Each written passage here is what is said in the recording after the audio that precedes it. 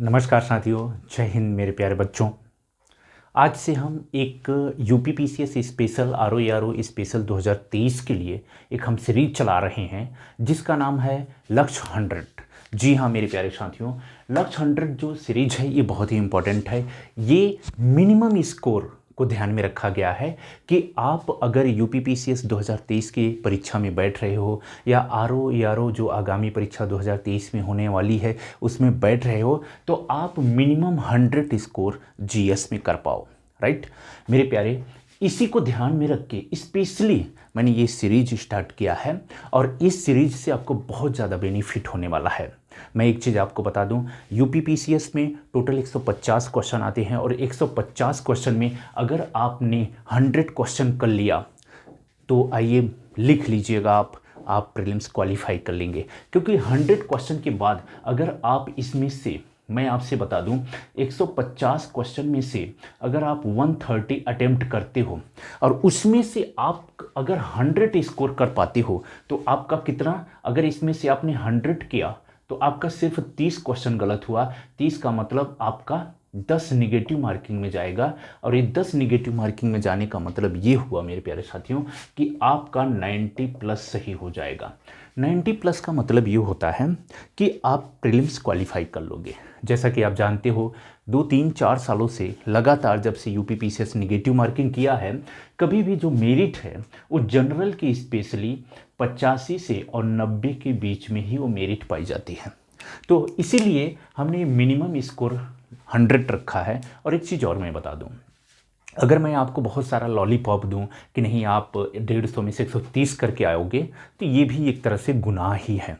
मैं आपको इतना चढ़ा नहीं सकता। राइट, तो मैं वो चीज़ करूँगा जो मेरे अंदर है, जो मेरी अंदर क्षमता है, जो मैं आपको दे सकता हूँ।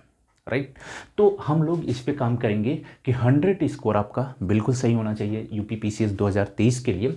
तो आज हम इकोनॉमी के बारे में देखेंगे कि जो इकोनॉमी होती है, राइट, इकोनॉमिक्स नहीं, हम इकोनॉमी पढ़ेंगे। राइट, इकोनॉमी क्या होता है, इकोनॉमिक्स का व्यवहारिक रूप होता है। राइट, तो इकोनॉमी जो होता है उससे कितने प्रश्न पूछे जाते हैं, राइट, किस तरह के प्रश्न पूछे जाते हैं, प्रश्न कहाँ से पूछे जाते हैं, उसके बाद हमें क्या पढ़ना है, कहाँ से पढ़ना है, कैसे पढ़ना है, इन तमाम चीज़ों पे हम चर्चा करेंगे ताकि आपके अंदर एक क्लियरिटी हो सके और आप ये समझ पाओ कि अगर हम इकोनॉमी वाले पार्ट को अगर हम ध्यान में रखते हैं, पढ़ते हैं, तो यूपीपीसीएस 2023 के लिए ये जो इकोनॉमी का पार्ट है ये कितना महत्वपूर्ण है। तो मेरे प्यारे साथियों, अगर हम इकोनॉमी की बात करें कि आपके यूपीपीसीएस 2023 में कितने प्रश्न आने की जो संभावना है, तो मैं आपसे बता दूं 15 से 20 क्वेश्चन मिनिमम आ जाते हैं। 15 से कम तो बिल्कुल नहीं आते, 20 क्वेश्चन इसमें बिल्कुल हो सकता है। जिस हिसाब से इकोनॉमी पे काम चल रहा है, चाहे वो केंद्र सरकार का हो या राज्य सरकार, इस समय यूपी जो सरकार है इकोनॉमी को लेकर बहुत एक्टिव है। तो कहीं ना कहीं अगर हम आपसे बताएं तो इकोनॉमी के जो प्रश्न की संभावना है वो बढ़ जाएगी। राइट, तो मैं ये मान के चलता हूं कि ये 20 क्वेश्चन आपसे पूछे जाने की पूरी उम्मीद है। 20 क्वेश्चन पूछे जाने की उम्मीद है। अब ये जो 20 क्वेश्चन होंगे इनका नेचर कहाँ हो, क्या होगा, किस एरिया से पूछे जाएंगे, प्रश्न किस प्रकार पूछे जाएंगे, इन तमाम चीज़ों पे हम स्ट्रेटजी पे डिस्कस करेंगे। राइट, ताकि आपको जो है बहुत आसानी से आप चीज़ों को पढ़ सको। तो सबसे पहले अगर हम बात करते हैं कि हमें क्या पढ़ना चाहिए इकोनॉमी में, ऐसे कौन कौन से चैप्टर हैं जो हमारे एग्जाम के लिए बहुत ही महत्वपूर्ण है, तो मैं आपसे बता दूं, मैं आपको पढ़ाऊंगा। पहला चैप्टर है अर्थव्यवस्था का सामान्य परिचय, general introduction of economy. Right, तो जनरल इंट्रोडक्शन हम देखेंगे जिसमें हम तमाम बातों को देखेंगे कि अर्थव्यवस्था, अर्थशास्त्र में क्या अंतर होता है, राइट, इकोनॉमी और इकोनॉमिक्स में क्या डिफरेंस है। इसके अलावा इसमें सारी चीज़ों को देखेंगे कि इकोनॉमी कितने प्रकार की होती है, उसका वर्गीकरण क्या होता है, क्लोज इकोनॉमी क्या होती है, ओपन इकोनॉमी क्या होती है, डेवलप्ड इकोनॉमी क्या होती है, डेवलपिंग इकोनॉमी क्या होती है, इन तमाम चीज़ों को देखेंगे। राइट, इसके साथ भारत के भी इकोनॉमी पे नज़र डालेंगे, एक नज़र कि भारत की इकोनॉमी किस तरह की चीज़ें हैं, तो तमाम चीज़ों पे देखेंगे। उसके बाद हम नेशनल इनकम की बात करेंगे, राष्ट्रीय आय की बात करेंगे, जो कि एक बहुत ही महत्वपूर्ण पार्ट होता है। यहाँ से आपसे प्रश्न पूछा जाता है, तो इसमें जो करंट डेटा है उसको भी देखेंगे और जो आपका स्टैटिक पार्ट है उसको भी देखेंगे। इसमें देखेंगे एनएनपी क्या होता है, जीएनपी क्या होता है। राइट, इन तमाम चीज़ों को देखेंगे। यहाँ पे समृद्धि और विकास तीसरा चैप्टर है, ग्रोथ एंड डेवलपमेंट। तो यहाँ से प्रश्न पूछा जाता है समृद्धि और विकास। इसी चैप्टर में हम आपको देखेंगे कि जो समृद्धि और विकास है, जो ग्रोथ और जो डेवलपमेंट है, उसमें क्या अंतर होता है, क्योंकि यहाँ से डायरेक्ट प्रश्न पूछ ले। इससे संबंधित कितने इंडेक्स हैं, कौन कौन से अंतर्राष्ट्रीय स्तर पर इंडेक्स जारी किए जाते हैं, उन तमाम चीज़ों को यहाँ पर कवर करेंगे। राइट, वहाँ से प्रश्न पूछा जाता है। जैसे ह्यूमन डेवलपमेंट इंडेक्स है, तो यहाँ से हैप्पीनेस इंडेक्स है। ये सब कहीं ना कहीं इकोनॉमी से जुड़े हुए इंडेक्स होते हैं, तो इन तमाम इंडेक्स को यहाँ पे देखेंगे। चौथा पार्ट हम क्या देखेंगे, अर्थव्यवस्था के क्षेत्र, जो भी सेक्टर हैं, सेक्टर ऑफ इकोनॉमी, जितने भी सेक्टर हैं, चाहे वो प्राइमरी सेक्टर हो, सेकेंडरी सेक्टर हो, टर्शरी सेक्टर हो, एग्रीकल्चर वगैरह, सब यहीं पे देखेंगे। तमाम चीज़ों को यहाँ पे देखेंगे। उसके बाद हम क्या देखेंगे, बेरोजगारी, अनएम्प्लॉयमेंट को देखेंगे। कितनी प्रकार की बेरोजगारी होती है, टाइप्स ऑफ अनएम्प्लॉयमेंट, इस सारी चीज़ों को, बेरोजगारी को देखेंगे। ठीक है, इसमें बेरोजगारी से संबंधित कितनी समितियों का गठन किया गया है, कौन कौन सी समिति ने क्या रिकमेंड किया है, रंगराजन समिति का क्या रिकमेंडेशन, सभी चीज़ों को देखेंगे बेरोजगारी में।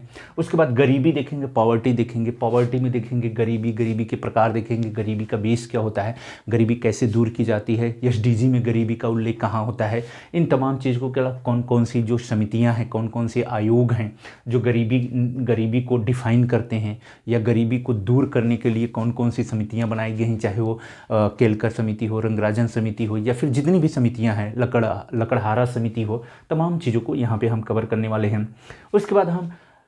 उसके बाद हम देखेंगे जो है राजकोषीय नीति को देखेंगे, फिस्कल पॉलिसी को देखेंगे। फिस्कल पॉलिसी में तमाम चीज़ों को देख लेंगे। राइट, फिस्कल पॉलिसी में देखेंगे भारत सरकार का बजट कैसा होता है, बजट करने का प्रावधान क्या होता है, फिस्कल पॉलिसी में कौन कौन से इंस्ट्रूमेंट है जो भारत सरकार जो है ग्रोथ के लिए, डेवलपमेंट के लिए अपनाती है, तमाम बातों को जो है फिस्कल पॉलिसी के अंदर देखेंगे। मॉनेटरी पॉलिसी के अंतर्गत देखेंगे आरबीआई को देखेंगे, बैंकिंग सेक्टर को, सब कुछ यही मॉनेटरी पॉलिसी के अंदर देख लेंगे, क्योंकि आरबीआई द्वारा जो है संचालित होता है, तो यहाँ पे देखेंगे। उसके बाद देखेंगे आरबीआई के मॉनेटरी पॉलिसी के अंतर्गत कौन कौन से टूल्स अपनाती है, इन्फ्लेशन को देख लेंगे। ठीक है, इन तमाम चीज़ों को, इन्फ्लेशन को कैसे कंट्रोल किया जाता है, तमाम बातों को हम मॉनेटरी पॉलिसी के अंतर्गत देखेंगे। इसके अलावा हम देखेंगे जो प्लानिंग है, जो नियोजन है, अभी तक जो भारत सरकार द्वारा भारत सरकार द्वारा टोटल कुल 12 योजनाएँ बनाई गई, पंचवर्षीय योजनाएं, तो इन 12 को एक एक करके देखेंगे, क्योंकि यहाँ से प्रश्न पूछा जाता है, योजना से प्रश्न पूछा जाता है, तो इसको यहाँ पे देखेंगे। व्यापार संतुलन को देखेंगे, ट्रेड बैलेंस को देखेंगे, कि जो अंतर्राष्ट्रीय जो हमारी विदेश व्यापार नीति है, पॉलिसी है, व्यापार संतुलन कैसे होता है, व्यापार घाटा क्या होता है, इन तमाम चीज़ों को हम यहाँ पे देखेंगे। ठीक है, उसके बाद अगला चैप्टर हमारा है अंतर्राष्ट्रीय संगठन एवं सूचकांक। जितने भी अंतर्राष्ट्रीय जो ऑर्गेनाइजेशन है उसको देखेंगे, साथ ही जो इंडेक्स जारी किए जाते हैं स्पेशल जो इकोनॉमी से संबंधित है, उन तमाम चीज़ों को यहाँ पे देखेंगे। यहाँ से प्रश्न आपको पूछा जाता है। उसके बाद हम पॉपुलेशन को देखेंगे, पॉपुलेशन की थ्योरी भी यहाँ पे देखेंगे, क्योंकि पॉपुलेशन की थ्योरी से भी प्रश्न पूछ लिया जाता है। तो ये सारा चीज़ हम देखेंगे। टोटल लगभग 12 चैप्टर है। ठीक है, तो 12 चैप्टर को हम आपको डिस्कस करेंगे और अच्छे से इसको देखेंगे। और मैं एक चीज़ और बता दूं, इन सारे चैप्टर के स्टैटिक प्लस करंट जो बजट और सर्वे है उससे जोड़ के हम स्टडी करेंगे, और सारी चीज़ों को मैं करंट में ही जोड़ दूंगा। जैसे अगर मैं राष्ट्रीय नेशनल इनकम पढ़ूंगा तो जितना भी करंट होगा बजट और सर्वे से संबंधित सब कुछ नेशनल इनकम में ही डिस्कस कर दूंगा आपसे, या समृद्ध विकास से संबंधित जितने भी इंडेक्स जारी किए जाएंगे सब कुछ यहीं पर डिस्कस करूँगा करंट। राइट, जो भी सेक्टर हैं, जितने भी जो है इकोनॉमी के सेक्टर हैं, उन तमाम चीज़ों को यहीं पे डिस्कस करेंगे। पॉवर्टी, गरीबी, जो भी पॉलिसी है, चाहे मॉनेटरी हो, फिस्कल पॉलिसी, उससे संबंधित करंट डेटा जितने भी कुछ हैं, हम यहीं पे सब कुछ डिस्कस करते हुए आगे बढ़ेंगे। राइट, अब प्रश्न उठता है कि आप इसको पढ़ोगे कहाँ से।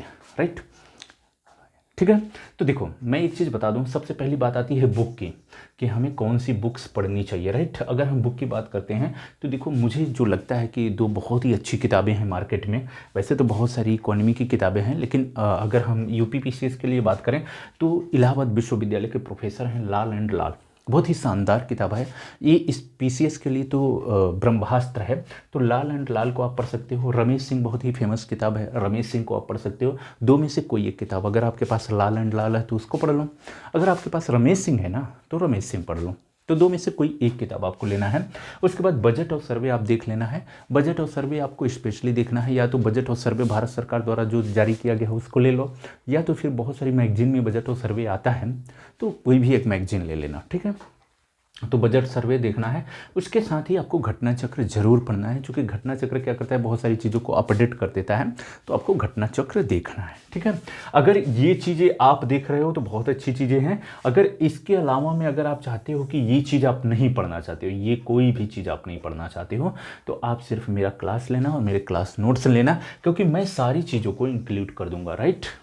सारी चीज़ों को इंक्लूड करके एक निचोड़ आपको दूंगा, ताकि आप अपने जो मैक्सिमम क्वेश्चन है वो आपके अंडर में हो। अगर मैं आपसे बता दूं, अगर 20 क्वेश्चन इकोनॉमी से पूछे जाते हैं, कितने, अगर 20 क्वेश्चन इकोनॉमी से पूछे जाते हैं, तो मेरा ये दावा है कि आप 15+ क्वेश्चन इकोनॉमी से करके आओ, चाहे वो कंसेप्चुअल हो, चाहे फैक्चुअल हो, चाहे वो करंट बेस्ड हो या स्टैटिक पार्ट्स हो, कहीं भी कोई भी क्वेश्चन पूछेगा तो आप इसको कर लोगे, राइट। उसके बाद प्रश्न उठता है कि आप कैसे पढ़ें, राइट। प्रश्न उठता है कि चीज़ों को आप कैसे पढ़ें। हमने तो देख लिया कि हमें क्या पढ़ना है, कहाँ से पढ़ना है, कैसे पढ़ना है। तो देखिए, जब बात आती है इकोनॉमी की, तो मैं एक चीज़ बता दूं, इकोनॉमी एक करंट जो है बेस सब्जेक्ट है, ये बहुत ज़्यादा अपडेट रहता है। तो इसमें 2-3 पार्टों में मैंने इसको डिवाइड किया है कि आपको कैसे पढ़ना है। 3 पार्टों में इकोनॉमी को देखना है। एक तो इसका करंट पार्ट देखना है आपको, दूसरा इसका स्टैटिक पार्ट्स देखना है, और तीसरा योजनाएं, जितनी भी योजनाएं भारत सरकार द्वारा या राज्य सरकार द्वारा जारी की जाती हैं, लॉन्च की जाती हैं, तो उन योजनाओं को देखना है। तो 3 पार्ट में हम इसको देख सकते हैं ना। एक करंट पार्ट, इकोनॉमी का जो करंट पार्ट है, जो स्टेट गवर्नमेंट का या सेंट्रल गवर्नमेंट का। उसके बाद स्टैटिक पार्ट्स है और योजना देखना है। मैं आपको बता दूं, स्टैटिक पार्ट से कम 5 क्वेश्चन पूछे जाते हैं, राइट। उसके बाद आपके योजना से 3 से 4 क्वेश्चन जरूर पूछे जाते हैं, ठीक है। तो इसमें आपकी 1-2 योजना स्टेट गवर्नमेंट की होगी और 1-2 योजना जो आपकी सेंट्रल गवर्नमेंट की होगी। उसके बाद करंट से लगभग 10 क्वेश्चन इससे होते हैं। तो टोटल मिला के आपके 20 क्वेश्चन इस तरह से पूछे जाते हैं। तो मेरे प्यारे साथियों, मेरे प्यारियों, मैंने आपसे एक बात डिस्कस किया है कि हमें इकोनॉमी में क्या पढ़ना है, कहाँ से पढ़ना है और कैसे पढ़ना है। इकोनॉमी के हम थोड़ा सा एक नज़र डाली इकोनॉमी पे, कि तमाम चीज़ों को हमने देख लिया कि ये हमारे एग्ज़ाम के लिए कितना ही इंपॉर्टेंट है। मेरे प्यारे साथियों, मैं एक चीज़ बता दूँ आपको, जब फाइट एक क्वेश्चन की हो रही हो, जैसा कि आप जानते हो यूपी, अगर हम पीसीएस की बात करते हैं तो कहीं ना कहीं बहुत ही कंसेप्चुअल क्वेश्चन पूछता है। आईएएस का एक तरह से मैं कह सकता हूं कि छोटा भाई है, तो आपको हल्के में नहीं ले सकते हो, क्योंकि आईएएस में जितने बच्चे बैठते हैं वो यूपी पीसीएस में भी बैठते हैं। तो कहीं ना कहीं आपको अपनी कमर कसनी है, मजबूती से आगे बढ़ना है। तो ये 20 क्वेश्चन जो इकोनॉमी से पूछे जाते हैं बहुत ही महत्वपूर्ण पार्ट होते हैं, राइट। बहुत सारे बच्चे क्या करते हैं, इसको हल्के में ले लेते हैं या सोचते हैं कि चलो हम हिस्ट्री, ज्योग्राफी, इकोलॉजी, इन्वायरमेंट इन सबसे कवर कर लेंगे। ऐसा नहीं होता, किसी का स्थान कोई ले नहीं सकता, राइट। हर सब्जेक्ट अपने अपने प्लेस पे उतना ही महत्वपूर्ण है जितना महत्वपूर्ण दूसरा सब्जेक्ट होता है। जैसे ऐसे समझ लेना कि अगर 150 क्वेश्चन पूछा जा रहा है तो हर एक प्रश्न एक समान नंबर का होता है। हर एक प्रश्न की उतनी ही वैल्यू होती है जितना, चाहे वो इकोनॉमी का प्रश्न हो, ज्योग्राफी का प्रश्न हो, कॉन्स्टिट्यूशन का प्रश्न हो, करंट का प्रश्न हो, कोई सभी प्रश्नों के जो वैल्यूएशन है वो इक्वल होता है, राइट। तो सबका अपना अपना महत्व है। तो हम देखेंगे लक्ष्य 100 में यूपीपीसीएस 2023, राइट। तो इस तरह से हमने थोड़ी सी आपको एक स्ट्रेटजी डिस्कस की कि हमें किस तरह से आगे बढ़ना है। तो हम नेक्स्ट क्लास में मिलते हैं आपको इकोनॉमी के साथ, और हमारी अगली क्लास होगी, मैं आपको बता दे रहा हूँ, अर्थव्यवस्था का सामान्य परिचय, जहाँ से मिनिमम मैं आपसे बता दूं 1 क्वेश्चन जरूर पूछा जाता है यूपीपीसीएस द्वारा, राइट। तो इस क्लास को आपको मिस नहीं करना है, क्योंकि ये क्लास जो है आपके समझ को बनाएगी और यहाँ से फिर चीज़ों को हम आगे लेके धीरे धीरे बढ़ेंगे, राइट। तो यहाँ से भी आपको एक प्रश्न देखने के लिए एग्जाम में मिलेगा। मेरे प्यारे बच्चों, तो हमें इजाज़त दीजिए।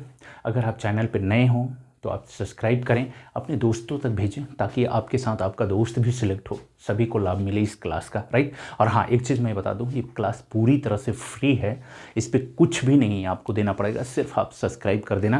क्योंकि मैं एक चीज़ बता दूं, मैं पूरी यूपीपीसीएस का कंप्लीट आपको एक पैकेज दे रहा हूँ जिसका नाम है लक्ष्य 100।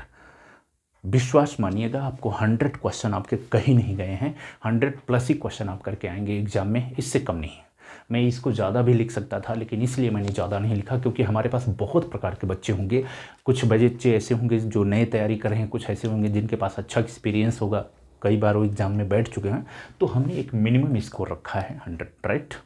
तो हम आगे बढ़ेंगे और हम चाहेंगे कि इसमें आप सब हमारा साथ दें, सहयोग दें, राइट। इसी के साथ हम आप सभी को नमस्कार करते हैं, धन्यवाद। मिलते हैं हम अगले क्लास में।